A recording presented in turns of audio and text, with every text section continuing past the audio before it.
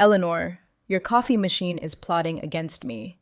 Danny's voice boomed from the kitchen, followed by a sharp clang of metal against granite. I chuckled, putting down the dry cleaning and heading towards the chaos. Danny was hunched over the espresso maker, brow furrowed in mock concentration, like he was defusing a bomb, not battling a kitchen appliance. His dark hair was adorably messy, a strand falling over his forehead, and his sleeves were rolled up past his elbows. He looked younger then, almost boyish, despite the broad shoulders and the confident swagger that usually marked him as every inch a man. "It's just a coffee maker, not mission control," I teased, crossing my arms. "It's possessed, I swear," he said, glancing up, grinning. I laughed, leaning against the doorway.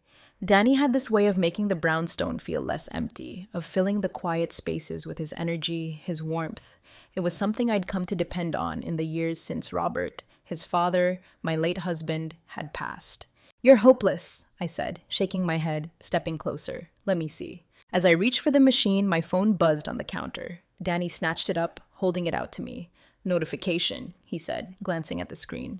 Then his expression shifted, a flicker of something, surprise maybe, crossing his face. "What?" I asked, suddenly on edge. He hesitated, his eyes meeting mine for a split second before he handed over the phone. "Nothing," he said too casually, but his tone was off. I took the phone, my stomach clenching as I looked at the screen. The notification was innocent enough. Just a reminder from some silly app I'd downloaded out of boredom and forgotten about. It wasn't explicit, not overtly, but it didn't need to be. My face flushed as I swiped the notification away, setting the phone down harder than intended. Danny didn't say anything, just watched me, his expression unreadable, head tilted slightly, like he was waiting for me to explain myself. "Did you need something else?" I asked, my voice sharper than I meant. "No," he said after a beat, his lips curving into a faint smile. "I think I've got it under control now."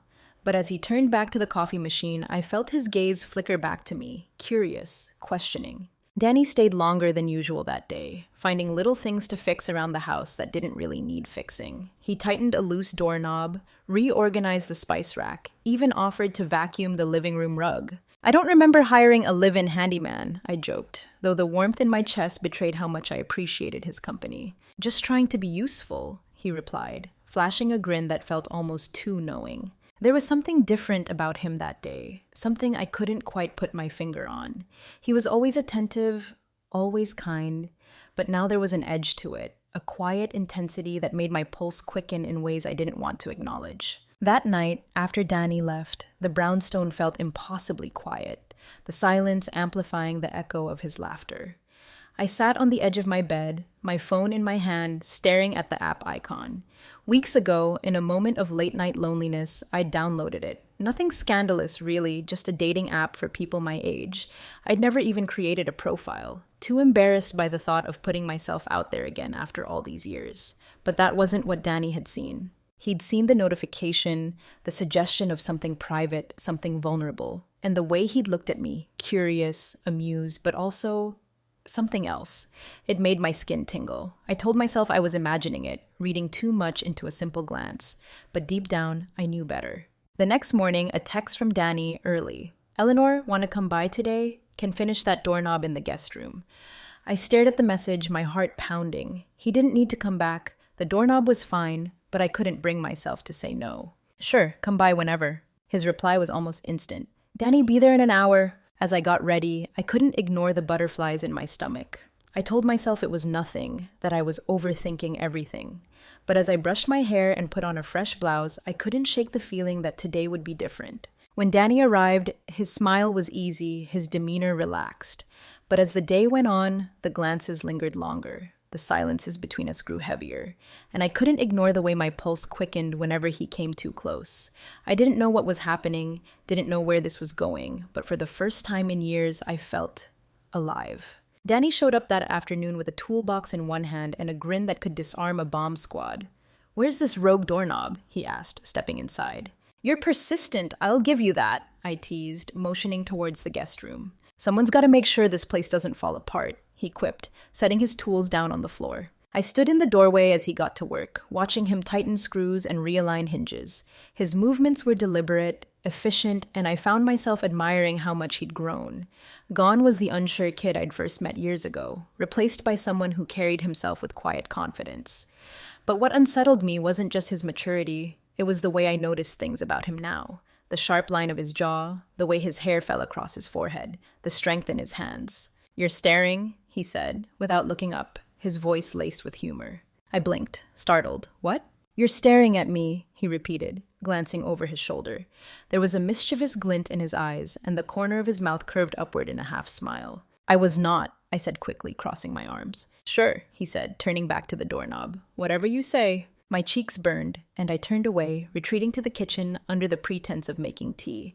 When Danny finished, he joined me in the kitchen, leaning against the counter as I poured 2 mugs. "All done," he said, taking the mug I handed him. "You're officially squeak-free." "Thank you," I said softly, meeting his gaze. He didn't have to go out of his way, but I appreciate it. He shrugged, his smile easy. "I don't mind. Gives me an excuse to hang out with you." His words caught me off guard, and for a moment I didn't know how to respond. I busied myself with stirring sugar into my tea, hoping he didn't notice the way my hands trembled. "You're always so busy looking after everyone else," he continued, his tone quieter now. "I like being able to do something for you, for a change." The sincerity in his voice made my chest tighten.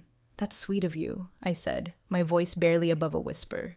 "It's the truth," he said simply. The air between us felt heavier now, charged with something unspoken. I could feel his eyes on me, and when I finally looked up, the intensity of his gaze made my breath hitch. As the afternoon stretched on, we ended up in the living room, a Chet Baker record playing softly in the background. Danny was flipping through an old photo album he'd found on the bookshelf, and I sat beside him, watching as he lingered on a picture of his father. "You look a lot like him," I said softly. He glanced at me, a small smile tugging at his lips. "That's what everyone says." There was a pause, and then he closed the album, his expression turning thoughtful. "Do you miss him?" he asked. "Every day," I admitted. "But it's different now. It's not the sharp pain it used to be. It's quieter, like a shadow that's always there but doesn't hurt as much." He nodded, his gaze falling to the floor. "I miss him too," he said quietly, "but I'm glad you're still here. I don't know what I'd do without you." His words made my throat tighten, and I reached out, resting my hand on his. "You don't have to worry about that," I said softly. "I'm not going anywhere." When he looked up at me, there was something in his eyes I couldn't quite name, something deeper than gratitude, something that made my pulse quicken. As the day turned to evening, Danny stayed for dinner. We ate at the small kitchen table, the conversation light and easy. But there was an undercurrent of tension I couldn't ignore. At one point, as I reached for the salt, our hands brushed, and I felt a spark shoot through me. I glanced at him, and for a moment, neither of us moved. His hand lingered just a second too long, and when he finally pulled away, I saw the faintest hint of a smile on his lips. "Sorry," he said, suddenly, his voice low. "It's fine," I replied quickly, though my heart was pounding. But it wasn't fine, not really. That night, after Danny left, I sat in the living room, staring at the photo album he'd left on the coffee table. My mind was a whirlwind of emotions, guilt, confusion, longing. I told myself it was nothing, that I was imagining things, but deep down, I knew better. Danny wasn't just my late husband's son anymore. He was Danny. Kind, funny, charming Danny, and no matter how much I tried to deny it, I couldn't ignore the way he made me feel alive. The following week, Danny's visits became more frequent. At first, I told myself it was nothing unusual. He'd always been attentive, finding reasons to help me around the brownstone or stop by for dinner. But now, his presence carried a weight it hadn't before, an unspoken tension that lingered in every glance, every word, every fleeting touch. One evening, he arrived with a bottle of wine, holding it up with a grin as he stepped into the kitchen. "Figured we could celebrate the doorknob finally staying put," he joked. I laughed, though the sound felt nervous even to me. "You're setting a low bar for celebrations." "Hey, I take my victories where I can get them," he replied, placing the bottle on the counter. We settled into an easy rhythm, cooking dinner together in the warm glow of the kitchen lights. Danny chopped vegetables while I stirred the sauce, our movements synchronized in a way that felt almost natural. At one point, as he handed me a cutting board, his hand brushed mine. It was such a small thing, but the warmth of his touch sent a shiver up my spine. I glanced at him, and the look in his eyes stopped me cold. There was something there, something unguarded and raw, something that made my breath catch. I quickly turned back to the stove, pretending not to notice, but my heart was pounding so loudly I was sure he could hear it. Dinner was quiet. the conversation light but laced with an undercurrent of tension neither of us acknowledged. After we'd finished, we moved to the living room, the bottle of wine sitting between us on the coffee table. Danny leaned back on the couch, his arm draped casually over the backrest, his glass of wine cradled in his hand. "This is nice," he said after a moment, his voice soft. "What is?" I asked, looking over at him. "This," he replied, gesturing around the room. "Being here with you. I feel, I don't know, at ease." His words made my chest tighten, and I looked away, focusing on the wine glass in my hands. "I'm glad," I said softly. He tilted his head, studying me. "Are you?" I frowned, startled by the question. "Of course I am. Why wouldn't I be?" He hesitated, as if choosing his words carefully. "Because I think you're holding back," he said finally. "Holding back?" I repeated, my voice a little sharper than I intended. He nodded. "You always seem like there's something you're not saying, something you're afraid of." His words struck a nerve, and I felt my defenses rise. "I don't know what you're talking about," I said, my voice sharper than I intended. "Don't you?" he asked, his gaze steady. The room felt impossibly quiet, the space between us charged with an intensity I couldn't ignore. I opened my mouth to respond, but no words came. Danny set his glass down on the table and leaned forward, his elbows resting on his knees. "I'm not trying to make you uncomfortable," he said softly, "but I need to say this." My heart was racing, my hand gripping the edge of the couch as I waited for him to continue. "I care about you, Eleanor," he said, his voice steady but filled with emotion. "More than I probably should, and I think you feel the same." The words hung in the air, heavy and unyielding. I felt tears prick at the corners of my eyes, my chest tightening as I tried to process what he was saying. "Danny, this is—" I began, but my voice faltered. "Just tell me I'm wrong," he said quietly. I couldn't. The truth was he wasn't wrong.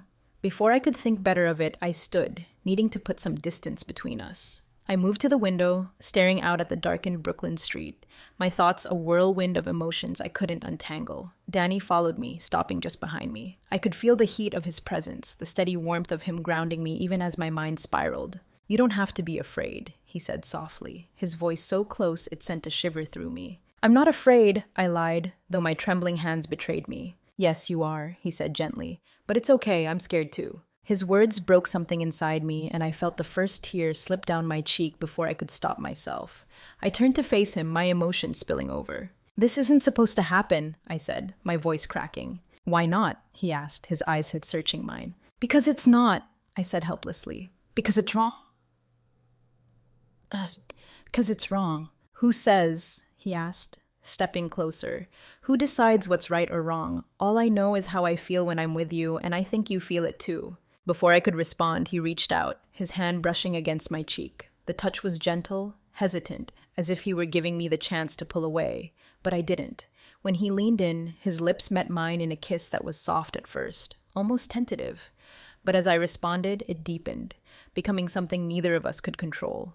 The world outside faded into nothingness, leaving only the sound of our breaths and the pounding of my heart. His hand slid to my waist, pulling me closer, and I felt myself give in, the last of my resistance crumbling. When we finally broke apart, I was breathless, my heart racing. Danny rested his forehead against mine, his hand still holding me as if he were afraid to let go. "I've wanted to do that for so long," he admitted, his voice trembling. I closed my eyes, my hands gripping his arms as I tried to steady myself. "This is crazy," I whispered. "Maybe," he said, his lips brushing against my temple, "but it feels right." His words sent a shiver through me, and for the first time in years, I allowed myself to believe him. The next few days were a blur of emotions I couldn't seem to control. I tried to go about my life as usual, folding laundry, tending to the small rooftop garden, even baking a pie I didn't need. But no matter what I did, I couldn't stop thinking about Danny. The memory of his kiss haunted me. It wasn't just the way it felt, soft and insistent, like he was afraid I'd slip away, but the way it had awakened something inside me. For years I had been numb, going through the motions of a life that felt hollow and gray.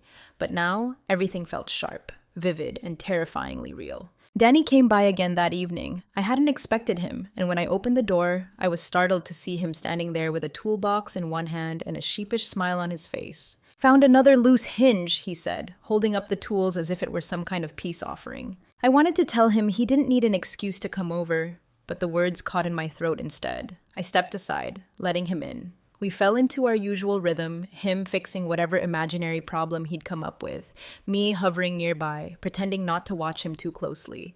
But tonight felt different. The air between us was heavier, the silences longer, and every glance he sent my way felt like it carried more weight than the last. When he finished, he joined me in the kitchen, where I was slicing apples for yet another pie I didn't need. "You've been baking a lot lately," he remarked, leaning against the counter. "Keeping busy," I said with a shrug. "You don't have to," he said softly. I paused, my hand stilling over the cutting board. "Don't have to what?" "Keep yourself so busy," he replied, his voice quiet but steady. "You don't have to distract yourself from whatever it is you're feeling." His words made my chest tighten, and I set the knife down, turning to face him. "Danny, I don't know what you want me to say." "Say what you're thinking," he said, stepping closer. "What you're feeling. Stop hiding from it."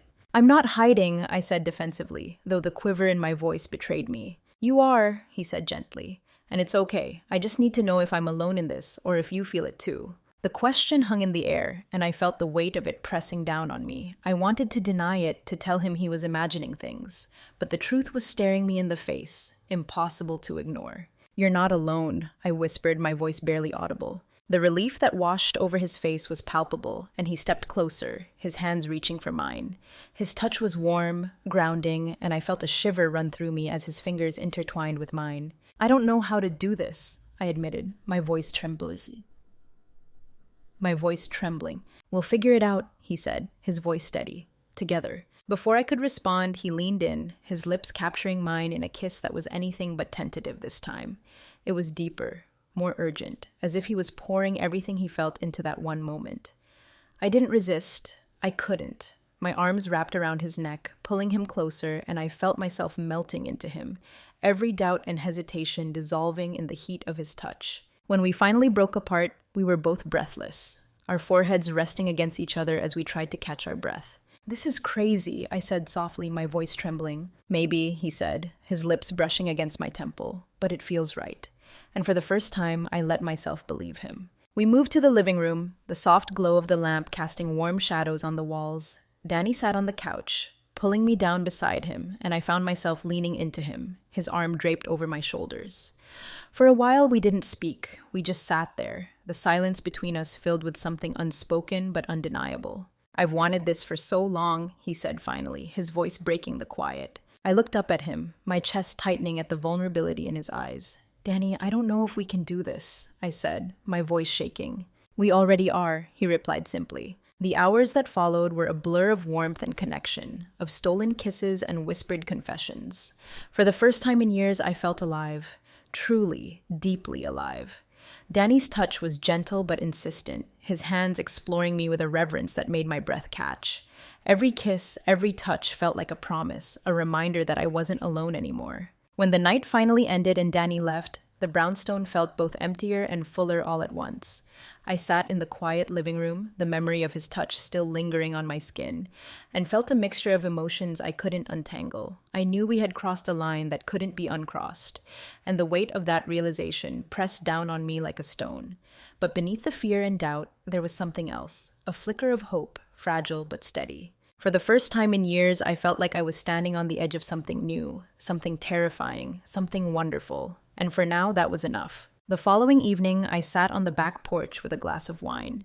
The fading light painting the sky in hues of orange and pink, the air heavy with the scent of city summer, and the distant sirens filled the silence around me. Yet my mind wasn't on the beauty of the evening, it was on Danny. I hadn't seen him all day, and though I told myself it was a relief to have some space to think, I couldn't ignore the ache of his absence. The way his voice softened when he spoke to me, the warmth of his touch, the quiet intensity of his gaze. It was all etched into my memory, impossible to forget. When the sound of his SUV pulling into the driveway broke through the quiet, my heart leapt in a way I couldn't control. I quickly set down my glass, brushing my hands over my blouse as if to smooth away the nervous energy coursing through me.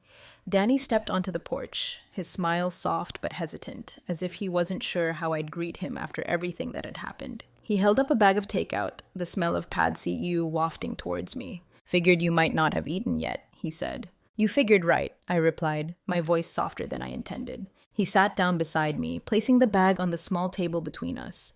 The proximity of him, the quiet weight of his presence, made my pulse quicken. For a while, we ate in silence, the tension between us palpable. I could feel his gaze on me, but I didn't dare look up, afraid of what I might see or what I might feel. After dinner, as the night deepened and the stars began to emerge above the city lights, Danny leaned back in his chair, his glass of wine cradled in his hand. "I've been thinking about us," he said suddenly, his voice breaking the quiet. My heart skipped a beat, and I looked at him, unsure of how to respond. "What about us?" He turned to face me fully, his expression serious but calm. "About what we're doing. About what it means." I swallowed hard, my chest tightening. "Danny, this is complicated." "I know it is," he said, his voice steady. "But that doesn't mean it's wrong." His words hung in the air, heavy with meaning. I felt my breath catch, my thoughts a whirlwind of doubt and longing. "People wouldn't understand," I said softly. "Maybe not," he replied. "But this isn't about them. It's about us. What we feel, what we want." "What do you want, Danny?" I asked, my voice trembling. "You," he said simply, his gaze unwavering. "I want you, Eleanor. I've wanted you for a long time." The confession hit me like a tidal wave, and I felt tears prick at the corners of my eyes. I looked away, my hands gripping the edge of the chair as I tried to steady myself. "This is crazy," I whispered. "Maybe," he said softly, leaning closer, "but it's real." I turned back to him, my chest tightening at the vulnerability in his eyes. "What if we regret this?" "I won't," he said firmly, "and I don't think you will either." Before I could respond, he reached out, his hand brushing against mine. The touch was gentle, hesitant, as if he were giving me the chance to pull away, but I didn't. When he leaned in, his lips met mine in a kiss that was anything but tentative. It was deep, urgent, filled with all the emotions we hadn't been able to put into words. His hand slid to my waist, pulling me closer, and I felt myself give in, the last of my resistance crumbling. We moved inside, the quiet hum of the brownstone wrapping around us like a cocoon. The room was dimly lit, the soft glow of the lamp casting warm shadows on the walls. Danny's hands were steady as he guided me to the couch, his touch both reverent and insistent. Every kiss, every touch felt like a promise, a reminder that I wasn't alone, that I didn't have to carry the weight of the world by myself anymore. The night passed in a blur of warmth and connection, of whispered confessions and unspoken truths.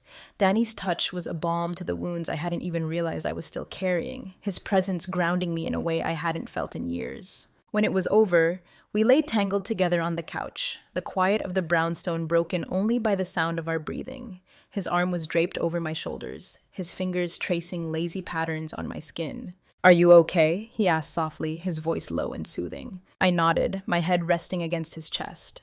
"I think so," I said, my voice barely audible. He pressed a kiss to the top of my head, his hold on me tightening. "I meant what I said," he murmured. "I'm not going anywhere." But as the first light of dawn crept into the room, reality began to settle over me. The weight of what we'd done, of what it meant, pressed down on me like a stone. When Danny stirred beside me, his eyes fluttering open, he smiled softly, his hand brushing against my cheek. "Good morning," he said, his voice rough with sleep. "Morning," I replied, though my voice trembled slightly. He seemed to sense the shift in me, his smile fading as his gaze searched mine. "Are you okay?" "I don't know," I admitted, my voice barely above a whisper. Later, when after he left, I sat in the quiet of the brownstone, my thoughts a whirlwind of doubt and longing. I knew we'd crossed a line that couldn't be uncrossed, and the weight of that realization was almost suffocating. But beneath the fear, beneath the uncertainty, there was something else, a flicker of hope, fragile but steady. For the first time in years, I felt alive. The brownstone felt emptier after Danny left. The sunlight streaming through the windows seemed colder, the usual hum of the refrigerator louder, as though the house itself was reminding me of the silence he had left behind. I sat at the kitchen table, a cup of coffee growing cold in my hands, staring out at the small backyard garden. The events of the night before replayed in my mind with relentless clarity. The warmth of his touch, the intensity of his gaze, the whispered confessions that felt too big to carry in the daylight. What had we done? I couldn't decide if the ache in my chest was guilt or longing. The sound of my phone buzzing on the counter broke through my thoughts. I picked it up and saw Danny's name on the screen. My chest tightened as I opened the message. "Danny, can I come by later? I want to talk." I stared at the screen, my heart pounding. Part of me wanted to tell him no, to buy myself more time to make sense of what had happened. But a larger part of me, the part that still felt the ghost of his touch on my skin, couldn't bear the thought of pushing him away. Eleanor, okay, see you soon. His reply was immediate. Danny, be there at 4. The hours leading up to his arrival passed in a blur of nervous energy. I cleaned the brownstone, though it didn't need it, and rearranged the living room furniture twice before settling it back the way it had always been. When I heard his SUV pull into the driveway, my heart felt like it might leap out of my chest. He knocked softly, even though he'd never needed to before. I opened the door, and there he stood, his hands in his pockets, his expression a mix of hope and uncertainty. Hi, he said softly. Hi, I replied, stepping aside to let him in. We sat in the living room, the coffee table between us feeling like both a barrier and a lifeline. For a while, neither of us spoke, the silence heavy but not uncomfortable. Finally, Danny broke the quiet. I'm sorry if I made things harder for you, he said, his voice steady but laced with emotion. You didn't, I said quickly, my hands twisting together in my lap. This isn't your fault, Danny. It's complicated. He nodded, his gaze never leaving mine. I know it is. But I don't regret it, Eleanor. Not any of it. His words hit me like a tidal wave, and I felt tears prick at the corners of my eyes. I don't regret it either, I admitted, my voice barely above a whisper. But I don't know where we go from here. We go forward, he said simply. Whatever that looks like. We figure it out together. The certainty in his voice, the quiet strength of his resolve made my chest tighten. Danny, this isn't just about us, I said, my voice trembling. People would judge us. They wouldn't understand. Let them judge, he said firmly. What we have is ours, Eleanor. No one else's. We don't owe anyone an explanation. His conviction made something shift inside me. For so long, I had let fear dictate my life. Fear of judgment, of loss, of stepping outside the lines. But here was Danny, offering me something I hadn't allowed myself to believe I could have. A chance to be happy, no matter what the world thought. He reached across the table, his hand covering mine. I know this isn't easy for you, he said gently, and I'll wait as long as you need.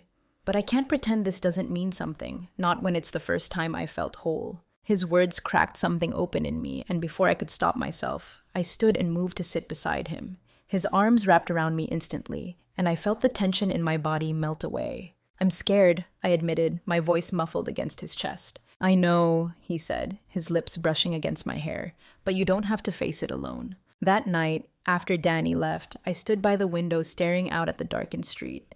The weight of what we'd shared still pressed down on me, but it was no longer suffocating. Instead, it felt like something I could carry. For the first time in years, I felt like I wasn't just surviving, I was living. A week later, Danny came by again. This time with no excuse, no toolbox, no takeout. He simply stood on the porch, his hands in his pockets, his expression steady. I was thinking, he said, his voice soft but sure.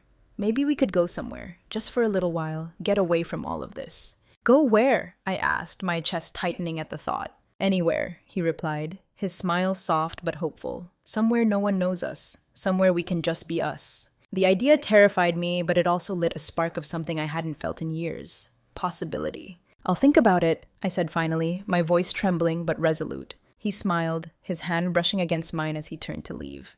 Take all the time you need. That night, as I laid in bed, I thought about his words, about the life I had built and the one he was offering. I didn't know if I was ready to take that leap, but for the first time in a long time, I felt like I had a choice. And that, I realized, was enough for now.